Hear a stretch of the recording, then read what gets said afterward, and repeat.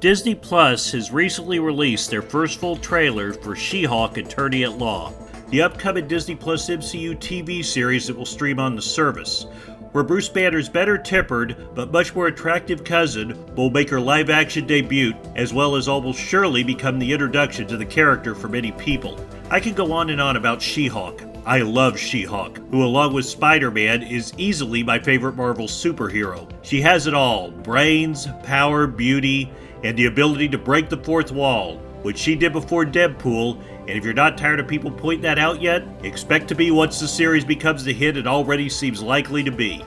But we didn't come here to talk about She-Hulk. No, we came here to talk about another Marvel hero who, at least based on the trailer, will be making his live-action MCU debut in She-Hulk Attorney at Law. And that hero is Frogman. Although to be fair, it could also be Leapfrog, Frogman's supervillain father, which is possible given She-Hulk is an attorney.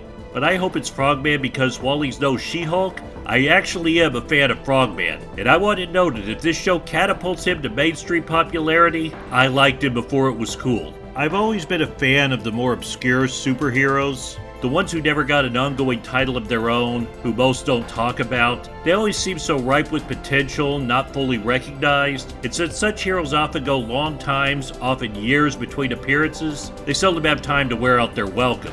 But there's something about Frogman that I've always found to step above many of his fellow Z-list heroes. And no, it's not loving him ironically, I legit like the character. It's why, even when I read his earliest appearances, I thought he was a character who deserved more love than he got. So in this video, we'll be taking a trip back to the early 80s and meet one of Marvel's most goofy, inept, and poorly dressed superheroes, and find out what it is about him that makes him so lovable despite the many, oh so many reasons we shouldn't.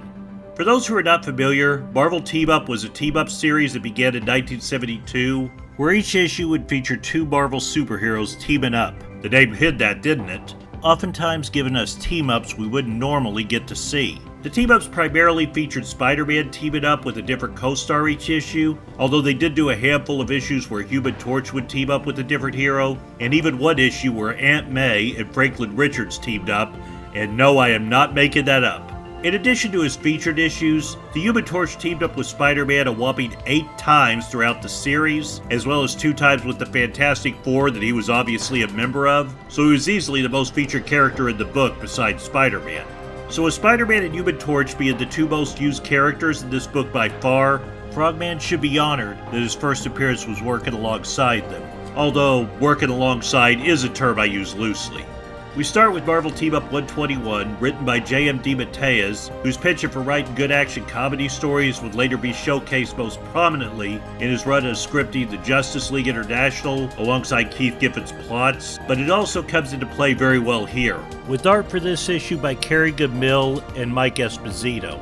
The issue begins with Spider-Man and Torch both happening across the same robbery. They thwart it, but the stolen money is intercepted by speedster supervillain the Speed Demon, who runs off with the cash, leaving our heroes in hot pursuit behind him. We then find out that among the crowd that formed during all this commotion is Vincent Petillo, the former supervillain Leapfrog, along with his son Eugene. We follow them home to find things have not been going very well for them since Vincent's wife, who was the breadwinner of the family, has passed away, sending him into a spiral of money problems and self-pity for the mistakes he's made, including his humiliating career as a costume villain. The flashback we get would make it seem like he had one failed encounter with Daredevil and called it quits, although he did make other appearances after that.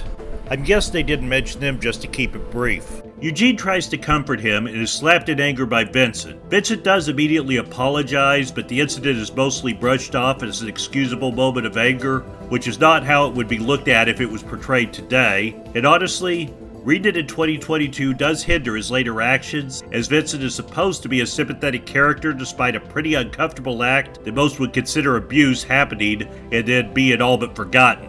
I'm a firm believer that it's not fair to judge something made 40 years ago through modern eyes, but I'm still surprised even in 1981 that moment was written in and kept by the editors. Again, it's a sign of the times to be sure. But either way, Vincent eventually goes to bed, and as he leaves the room, we find out Eugene knew where his dad has hidden his former Leapfrog costume, and decides the only way to rid his dad of the shadow of his failures is to use the suit to become a force for good. A leaping force. I added that last line in myself.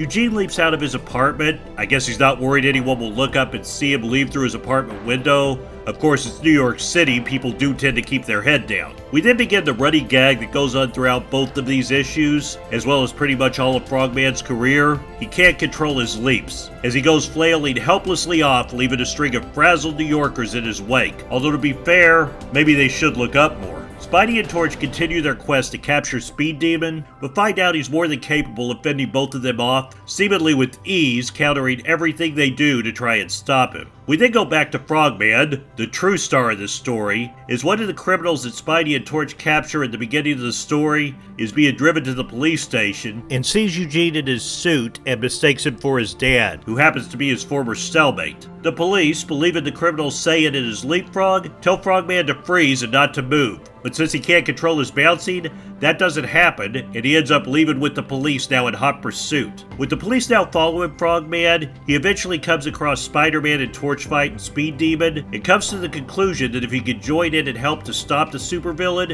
it will get the police off his tail and show what a hero he is. So he leaps into action, but somehow makes it worse. I say somehow because I can't quite figure out how. They didn't benefit from having so few panels to show it, but Spidey's reaction says that he somehow messed up Spider-Man's attempt to stop Speed Demon. Here it is, you can draw your own conclusions on how, and then you can explain it in the comments section because I still have no idea what he did. However it happened, Speed Demon manages to knock Spider-Man loopy as a result, and then quickly takes out the Human Torch, leaving both of them down and vulnerable. It's then that Frogman does what he's managed to build a superhero career on from that point forward, bumbling around and accidentally helping. He tries to turn his power pack off, disabling the springs that make him leap, but accidentally turns it up full blast and goes leaping right into action. However, he's erratically all over the place, and the Speed Demon can't get away from him, and eventually, Frogman goes flying into Speed Demon, knocking him unconscious and accidentally saving our heroes. All in front of his father, who'd been following him for some time, noticing the suit was gone, and figuring out what his son was up to. Torch and Spider-Man try to tell Eugene how lucky he was that he wasn't hurt, but all Eugene took away from the experience was he was the one who defeated Speed Demon, and he pats himself on the back and gets the admiration of his father as they walk off into the sunset. I read this issue a few years after it came out, when my parents picked it up for me used in a hobby shop that had a box full of old comic books. I loved it then. The story was funny, fast-paced, and was a satisfactory introduction to a very unusual hero, with some great moments showcasing Human Torch and Spider-Man's unique friendship. I had forgotten about the uncomfortable moment with Eugene and his dad that I mentioned earlier, which did hinder my enjoyment a little bit this time, but honestly, I think minus that brief moment, the story still holds up.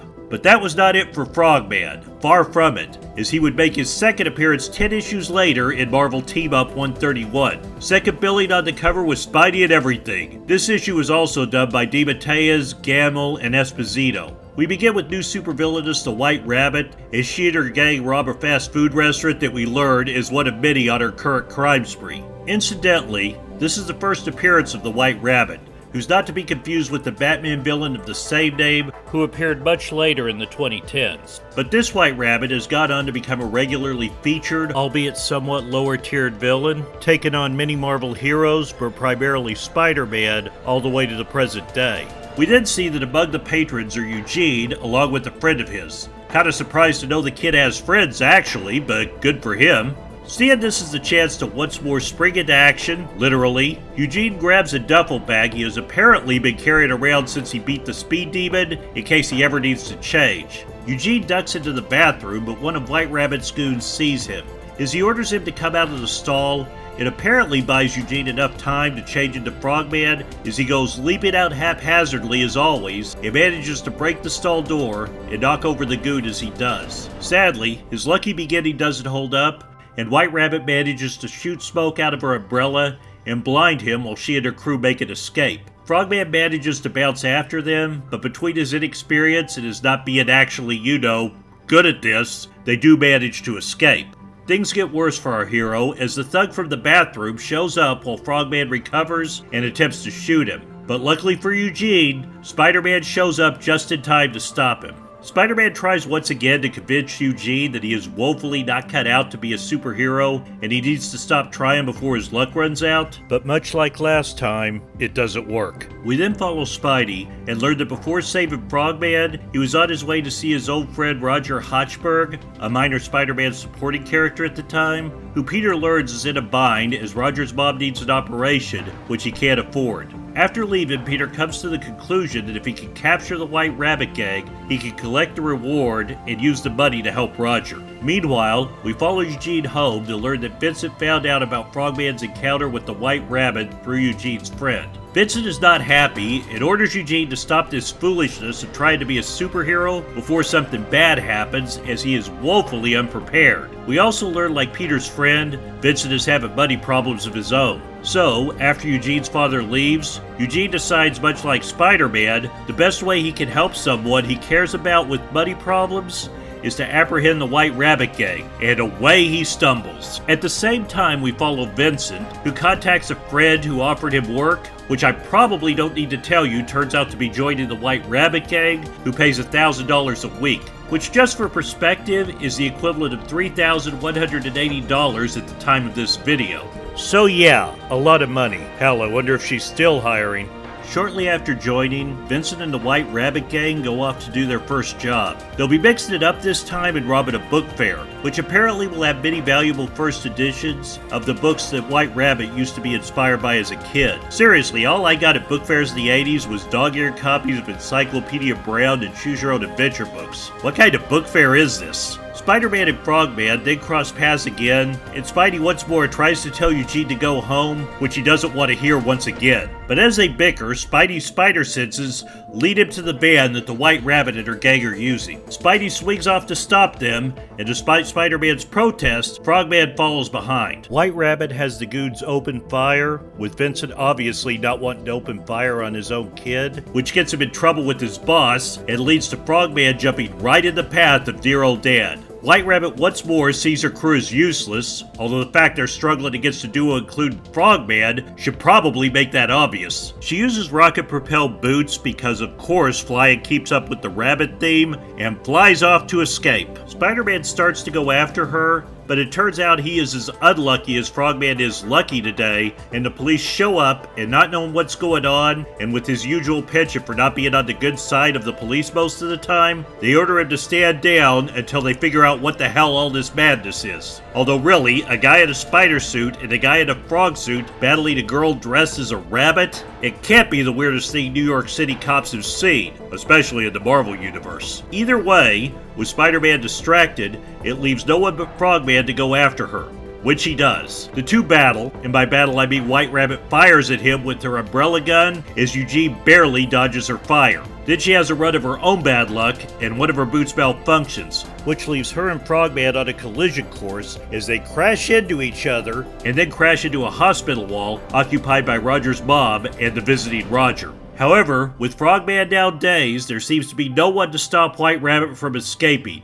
although it's debatable Frogman could have stopped her anyway. But right as she's about to run off like she is late for a very important date, Roger comes up behind her and clonks her in the head with the flower vase, knocking her out. Spidey finally shows up, telling Roger he earned the reward money for apprehending White Rabbit, but we then find out he'll have to share it with Vincent, who predictably had not once more turned to a life of crime, but was wearing a wire and working with the police to help apprehend the White Rabbit. We cut to sometime later as Peter and Roger are celebrating his mom's surgery being a success, and they walk by a restaurant where Eugene and Vincent are celebrating themselves. The money seeming to have bought both Roger and Eugene's families the better future they needed. This was another great issue, dare I say it, better than the last. Like the first story, it had a fast pace to most of it, along with the supporting cast being used well to help create a clear and logical reason for the heroes to work together and catch a foe neither of them were directly connected to. Frogman's career as a superhero would continue on after this. He's appeared in dozens of books, always as the same well-meaning but bumbling superhero, who somehow manages to be both a nuisance to other heroes while also becoming useful by sheer accident, with his most recent appearance as of this recording being in March of 2022. He's appeared mostly in Spider-Man comics, but he's also fought, or should I say stumbled, alongside other heroes such as Captain America and Iron Man, and he was even revealed to be one of the heroes replaced by a Skrull in the Marvel Comics event Secret Invasion. He's also joined several superhero teams over the course of his career. I really like Frogman. Don't get me wrong, he could never cut it in his own book and he clearly works better as an occasional guest star, but the character's just really likable to me. His family situation is typical superhero angst, but it never goes too far into depressing, and his well-intentions constantly getting him in over his head is very relatable. And in reality, if most of us found ourselves with a super suit or superpowers, we'd likely be flailing around until we got better at them, much like Eugene does. The character has not had any appearances in other media that I know of. I don't think he's appeared in any of the many Marvel animated series, for example. That all might change soon, however, with She-Hulk Attorney at Law. For as mentioned in the beginning of this video, Frogman or Leapfrog will be in it. Even if it's Leapfrog, and no offense to Vincent, but I hope it isn't, the mainstream appearance will likely lead many to finding out about his arguably more famous son. So here's to 2022 and beyond, hoping it gives one of my favorite lower tier heroes the recognition and respect they deserve. But not too much respect, because too much respect might ruin what made him special in the first place. Thanks for watching. If you liked this video, be sure to like, comment, subscribe, and share the video. I'm Dan the Man, and I'll see you next time.